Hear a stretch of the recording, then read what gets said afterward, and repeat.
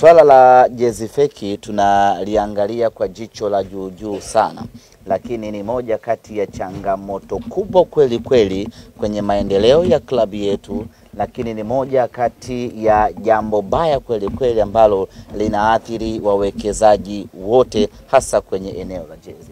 Ukimuuliza Vunja Bei kitu gani kilimuathiri alipokuwa mzabuni wa jezi Simba, atakwambia jezi feki. Ukimuuliza Sunderland kitu gani kilikuwa kikwazo kwako kwenye biashara ya jezi, atakwambia jezi feki. Ukienda ukimuuliza Jerut, ndani ya miezi yako miwili hii mitatu ulioanza kufanya kazi ya Simba Sports Club ya kutengeneza jezi, kitu gani mpaka sasa kimekuwa kikwazo, jibu lake litakuwa ni jezi feki.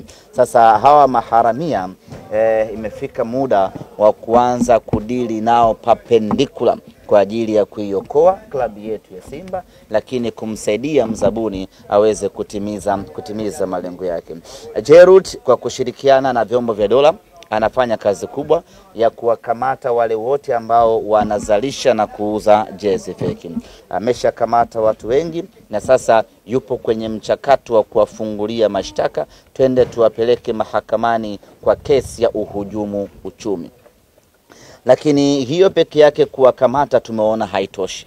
Tulichokuamua hivi sasa na sisi Simba Sports Club tumsaidie Jerut, tuingie mtaani kwenda kuzungumza na wanasimba. Inawezekana mtu asione athari ya jezi feki ambayo anainunua, akaona tu ni kwamba nimenunua tu jezi hii ya Simba basi inatosha, lakini asijue ule uchungu ambao Simba tunaupata kwa yeye kuvaa na kununua jezi feki.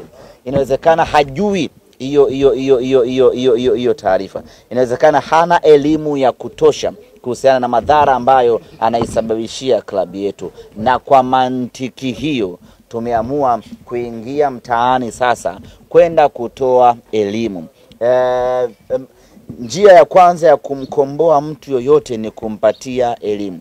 Wakati Jerut akishirikiana na vyombo vya dola kuwakamata wauza jezi feki, sisi tunakwenda kuwapa elimu wana Simba waachane na kununua jezi feki za klabu yao. Twende tukawaambie ana kwa ana madhara wanaoisababishia klabu yao. Twende tukawaambie wana Simba kudumaa kwa Simba kiuchumi wao ndio sababu namba moja, kwa sababu hawanunui vitu original vya klabu yetu. Kwa hiyo tunaanza safari yetu hiyo, tunakwenda kuzungumza na wana Simba katika vijiji, vitongoji, kata na mashina yao kule ambako wanaishi,